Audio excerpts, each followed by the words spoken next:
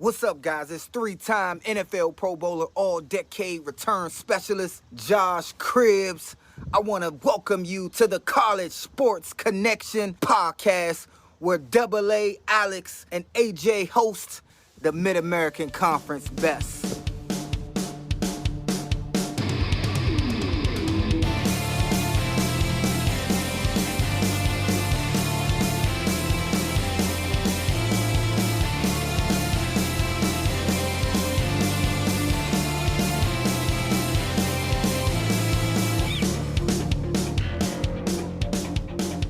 All right, everybody, welcome back to the College Sports Connection podcast. I'm your host, Alex the Captain. Joining me, as always, AJ the Guru. What's going on, everybody? AJ, we had a phenomenal time up in Detroit this week at the 2021 Mid-American Conference Media Day, where we got to talk to not only the commissioner, but several college coaches and one college quarterback. I had a great time. Yeah, absolutely. We got to give a huge thanks to Jeremy Guy and his staff up there over in Cleveland in the MAC office for inviting us up on Tuesday. We had an absolute blast. You and I did a lot of prep work going into these meetings, but it kind of turns out all that prep work was really for nothing because most of the questions we wrote down we didn't even ask. Sure. We're going to release these interviews. We have, 5 coaches and a player and the commissioner, I believe. Yeah, so we have 7 interviews total. 7 interviews total. We're going to break those up over the next couple of weeks. This interview today is going to be the commissioner, John Steinbrecher, and Coach Jim McElwain from Central Michigan. We had phenomenal conversations with both. They're both completely and totally opposite of each other, which I think is kind of funny. The commissioner was talking very business about the MAC, rightfully so, that is his job. But McElwain, we just talked like we were, long lost college buddies, and sure. we just riffed for 15 minutes, and it was a blast. Sure, absolutely. And I think that's the big takeaway, right, is you talked about the commissioner being all business. And I really appreciated how candid he was. We kind of got to see a different side of the commissioner at the opening of Media Day than a lot of people, I think, get to actually see. Just how much in favor of, continuing to move forward and getting things back to normal he was, and the expansion of the playoffs. And he is very passionate about continuing to push the MAC to be a national rather than a regional brand. And that was really refreshing to see. It really was. Being able, if you guys haven't looked his press conference up yet, I believe it's still on ESPN's app or their website. He had a great 15 minutes, his kind of state of the union, if you will, about the MAC, where it's at, where it's heading, the successes in last year, and some of the failures in last year as well. He was very candid about how he felt about some different objects or some different situations, which we briefly touched on in our interview with him.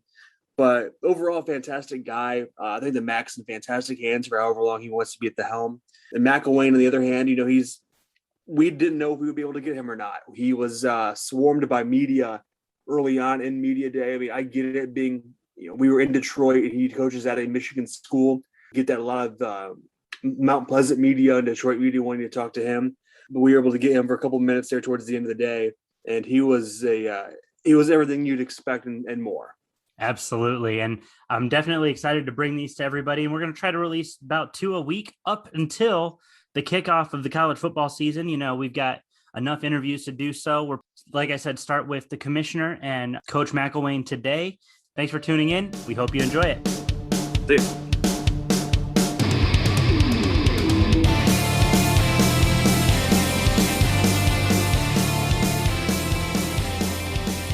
All right, guys, welcome back to the College Sports Connection podcast. I'm your host, Alex the Captain. Joining me as always, AJ the Guru. What's going on, everybody?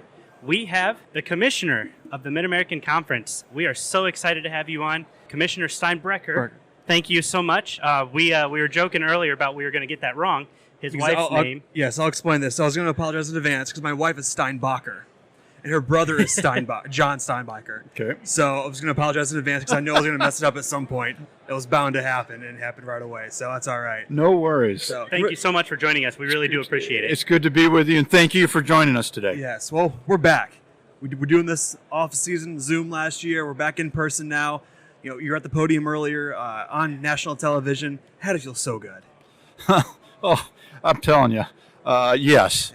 We probably the biggest takeaway from last year is not to take for granted regular things, right? Sure. We were so used to doing this. Oh, we get to do that. Forget it. It's a privilege, and it can be taken away from us pretty quickly. Yeah. And so I thought it was. We debated: do we have an in-person media day or not? There's a couple leagues that are not going in person. I thought it's too important. Our message is we want people coming out to games, we want to sell tickets, we want all that. How can we not come together if that's our message? And so it was important for us to come here and get a little work done, and then have a chance to talk with the assembled media. Sure. How exciting is it? Full capacity for these stadiums for the MAC. I mean, last year we played in front of nobody. It was funny watching on ESPN. They'd say attendance 160 people. So just it's going to be really cool to see that. How excited are you guys to finally have that? I'm pleased with that. But I guess I would continue to emphasize we need people to continue to take care of business with regard to COVID, right? Be vaccinated. If you're not vaccinated, wear your mask. Do this, all the things you've been told to do that we continue to get reinforced. Those things are important. If we want to continue to keep this enterprise and to keep society open, we've got to beat down this doggone thing. Sure. Now, being as the commissioner in the 75th year of the MAC, how important is that to you, being such a milestone in the conference and being so successful for so long, and you being at the helm of it? I'm assuming you wore that with a lot of pride. Well, it is such a privilege to be a part of this group. I mean, we're the 7th oldest Division I conference. And when you think back to the players and coaches that have come through this league, it's just crazy. I've got a picture in my office that former Commissioner Jim Lessig gave me shortly after I came on board. And it was from the 45th anniversary of the conference. Oh, wow. And it's a picture of some of the assembled football greats. And so you had Bo, you had Woody, you had Paul Dietzel, you had Lou Holtz, you had John Pont, you had Bill Mallory. I mean, there's 3 rows of Hall of Famers. Sure. I mean, it was just, you go, my goodness, all came through this league. Sure. Yeah. You touched on a little bit ago down there at the podium, Frank Solich, his legendary career in the MAC and college football as a whole. When you look back, and of course you've spoken with him many times, what kind of impact is he leaving on the conference now that he's left? Well, he first and foremost, he elevated the Bobcat football program. That's a program that, let's face it, had very little success prior to him arriving. A couple blips here and there. Jim Grobe had 2 years and then moved on, and then they went back to being what they'd done, and it just had not had success. He transformed the program, and that's hard to do. And again, I spoke to the fact that I think our coaches would point at him as the person they would pattern in terms of building a model program and sustaining that program. They didn't do it with bells and whistles and mirrors and all this. It was plain old hard-nosed football. We're going to line up, and we're just going to beat you. They weren't real fancy. They just out-executed you and did it year after year after year. And Frank was such a pleasure to deal with. He's a giant in the profession. Nebraska football hasn't been the same since they crazily pushed him out. I mean, they really haven't to the benefit of the Mid-American Conference and Ohio University. But he's 5'7", 5'8", 100 and 55 pounds, dripping wet. Right. The man played fullback in Nebraska in the 60s. I mean, as tough as nails. But is mild mannered and was just always great to work with. And I'll miss him on the sidelines. I'll look forward to being able to stay in touch with him outside of that. Sure. Sure.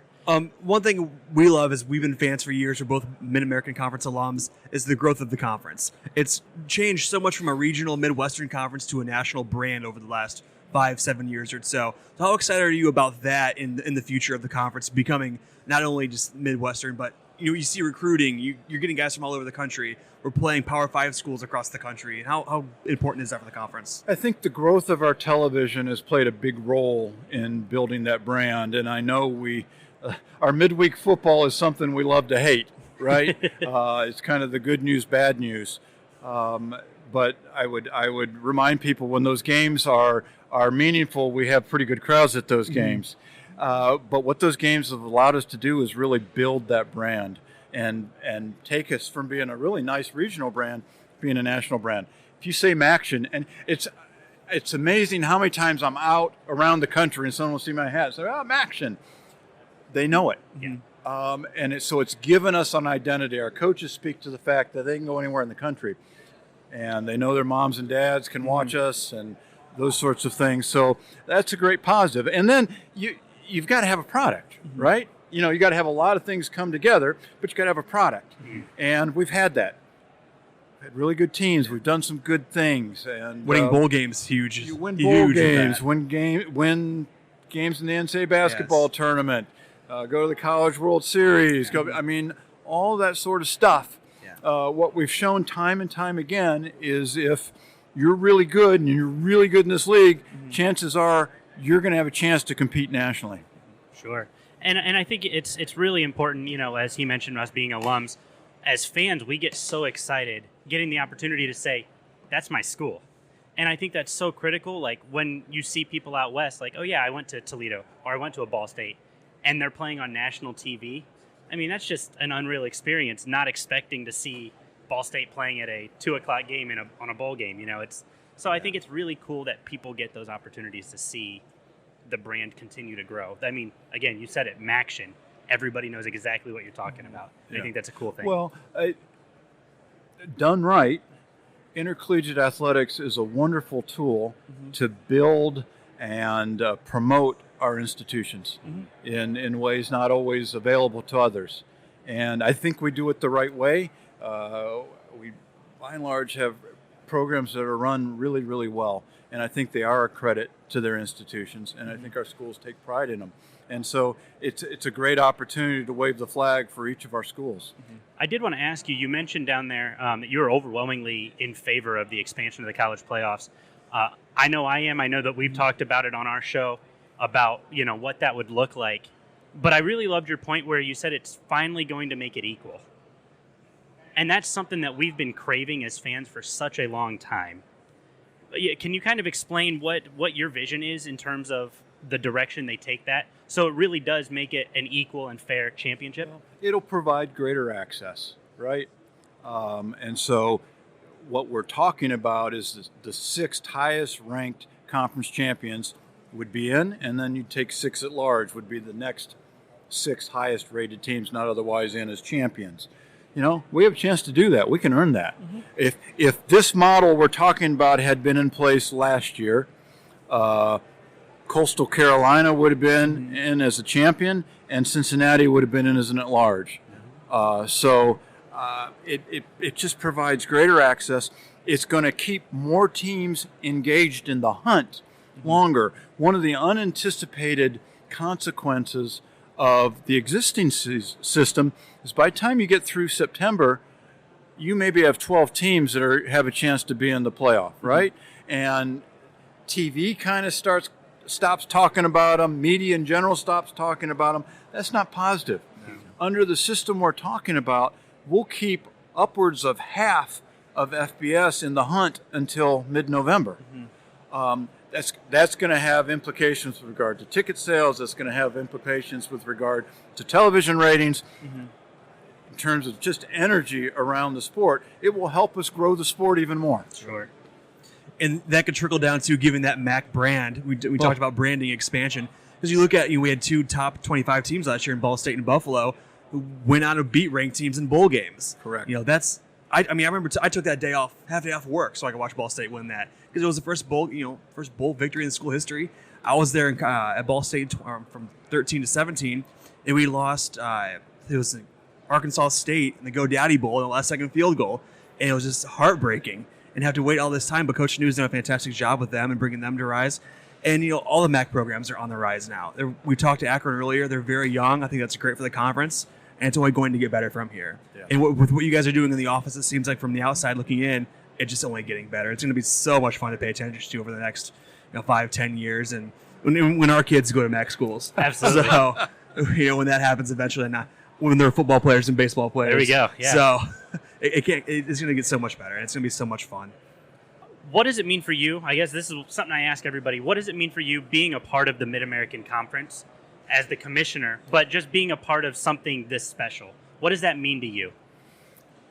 What we've tried to work hard on is we're competitors off the field, but we're a family, or we're competitors on the field, but we're family off the field.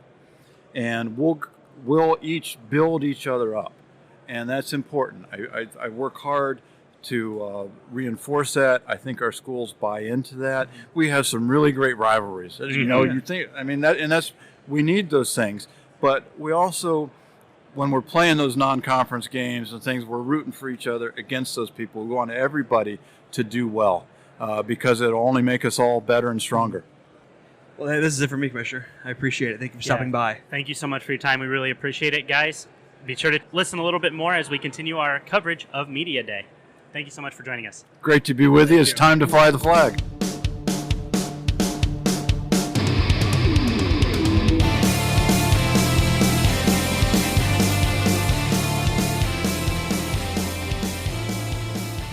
All right, guys, welcome back to the College Sports Connection podcast. Joining us now, Coach Jim McElwain in his third season at Central Michigan. Coach, thanks for joining us. We appreciate it. We were just talking off air. Isn't it great to be here? Absolutely. I mean, this is a blast. And I tell you what, I just on our own podcast had a chance to have our commissioner on with us, and Doc did a great job, and he does a fantastic job with this league. So it's fun. It's great to see the players, the coaches, and let's get going. Absolutely. Before we get into the CMU stuff, we have some things in common we got to talk about. Okay. So you're a Missoula guy. A Missoula guy, that's right. My wife is from Bozeman. I'll be darned. She went to Montana. Okay. She ran cross country there. Uh-huh. Transferred to Montana State as a graduate of there. Uh-huh. And her father was there when you coached. I'll be darned at Montana State. Yeah. Yeah, absolutely. So, I grew up in Missoula, and in fact, that's where we'll spend the rest of our lives. We actually have a lake place on Flathead Lake, Montana, Yep. up in the northwest corner of the state. And but I've got to tell you what happened. You know, this whole Yellowstone thing, that the TV show thing. And then they do the golf tournament for, with the challenge match up in Big Sky. Yeah. All of a sudden, people know where Montana is, right? I know. That's why her parents actually left Bozeman. Yeah. They're in Hood River, Oregon now. I totally get it. And they grew born and raised there, and they love Bozeman with a passion. But Montana in general. Yeah. Her brother lived in Missoula for a little while, and she said people are coming here, and the locals hate it. We're trying to do everything we can to keep them out, but I don't think we can keep it a secret anymore. No. I mean, if you didn't know anybody from Montana before, you didn't know it existed. Mm-hmm. And that's how the locals liked it. That's exactly right. It's so funny because 2 years ago, her and I got engaged in Bozeman, and then we were supposed to get married last October. That didn't happen with COVID. So this past April, we said, heck with it. We eloped and went to Bozeman and did it in the Bridgers. Oh, man, that had to be It was beautiful, awesome. huh? Her second grade teacher owns property in the mountains over there, so we did it. And over there, it was perfect. Yeah. But it was so sad to see all the burnt down trees and stuff like that from last summer, how terrible that was there. Well, we're going through some of those fires out west right now, yeah. and, you just, boy, I hope we can get that under control. Yeah. So are you a fly fisherman, outdoorsman, or anything? I go on my boat. There you go.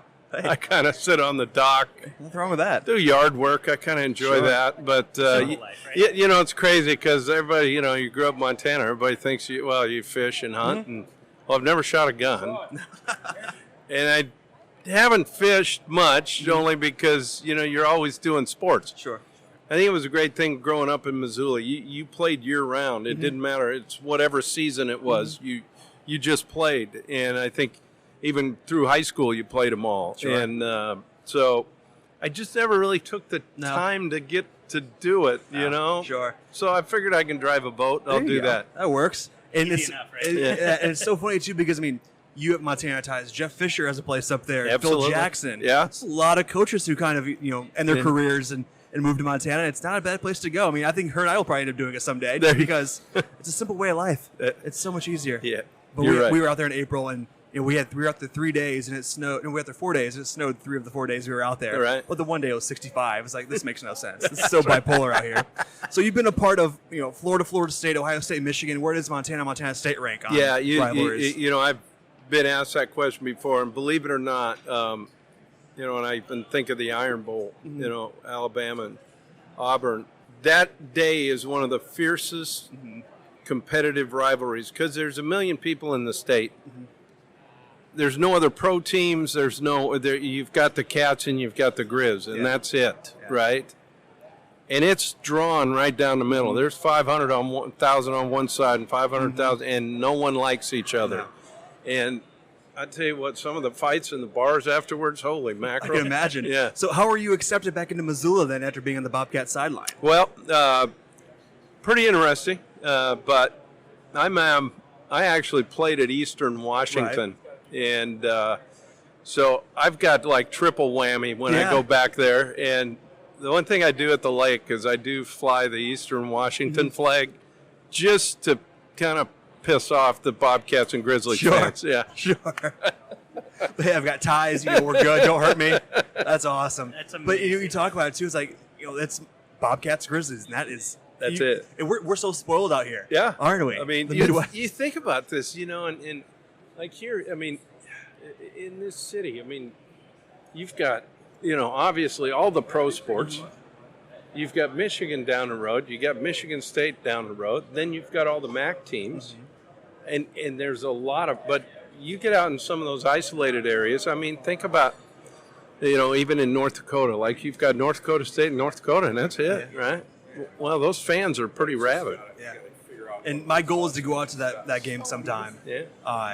Here in the Cat next couple Grizz of game? years. Yeah, that's my goal. I strongly encourage it. That's my goal. 'Cause I'm a diehard Buckeye. So I've done Ohio State, Michigan. Sure. I've done it all. And her sister actually goes to the Naval Academy, so Army-Navy's on that list Army-Navy's now. on that list, That's on that yeah. list, adding it. Yeah. But yeah, Montana State is on that list. And it gives me a reason to go back out there. There you go. Because I love it. And I fly fish. Her family got me into it when I went out there for the first time, fell in love with it. And so we do it every time we go out there. But I'm like, we'll have to do a game and tailgate it and do it the right way. Total side note, but the property that the river runs through it that was filmed, way back, Brad Pitt and all that. Robert Redford. And, It actually just sold. So. Did it really? That's one of the movies. One of the I first didn't movies buy I it. watched. I didn't have that much. No. You thought about it. You're like, dang, if I could, I would. And let's get into CMU. Yeah, let's bit, while you're here for Sure. for the MAC, Mhm. you're playing two schools with Tigers as their mascots. Yeah, that's Kicking off right. the season at Missouri, 2 weeks later traveling down to LSU. How awesome is that for you guys? Not only get to play one SEC school to kind of test your mettle against, but to play two in the same season. That's pretty special for your program. No, it is, and I want to thank those guys for scheduling us. Obviously, let's call it the way it is. Those are money games for schools like us. We're able to support all the other athletic programs at Central Michigan with some of those paydays, which is a great thing, and that's what we've got to do. But the flip side of that is, what a great opportunity for our fans, for our kids on our football team, to go match yourself against the best, and see what it's really like living on that side of the fence. But both great venues, historical history, and I will tell you this: people have asked me a lot, and I've been very fortunate to play in a lot of different stadiums and be involved in. But there's something pretty special about a Saturday night in Baton Rouge, Death Valley. It's something that's real. Yeah. And you mentioned coaching in different levels and whatnot. And can you take what you've learned from these other programs into going into those, going into Happy Valley, or not Happy Valley, but Death Valley, and as a coach, instill it on your players? I think the one thing you're able to do is I can at least kind of let them know a little bit ahead of time what some of the things that are going to happen, so they're not shocked. But more than anything, let's not worry about it. Let's go in and play our tails off and have a good time doing it. Sure. And coming from these bigger conferences and coaching the MAC now, how special is the MAC conference? I was talking with the commissioner. He's and this conference has put together a great group of coaches. I mean, these guys are really, really good at what they do. And it's a well-coached conference. The guys are good guys. I think we all know we're in it together. We've got to carry the flag for each other everywhere we go. And yet, the brand of football and the amount of players. I mean, in this last Super Bowl, we had 4 CMU Chippewas playing in the damn Super Bowl, I mean, that's pretty good. And, the amount of players from this conference that are in the National Football League, I think I think the Maction actually helps us a little bit. It's kind of a pain in the butt, playing on a Tuesday or Wednesday, but I get it because the eyes of the country are on it. Every football fan's watching. I think it's good for us. Sure. Well, Coach, we wanted to thank you so much. We're looking forward to seeing what you guys do this year. We're planning on trying to attend a game. Awesome. At Kelly Shorts, you're going to love it. We got a brand new facility in the end zone that makes that place a whole different deal. And the town of Mount Pleasant is really awesome. You guys will have a blast. I've never been, so we're excited about that. So thank you so much, Coach. We really appreciate your time, and good luck this season. All right, fire up, guys. Fire up, Chips. All right. Thank you guys so much for tuning in, and we will see you next week. See you.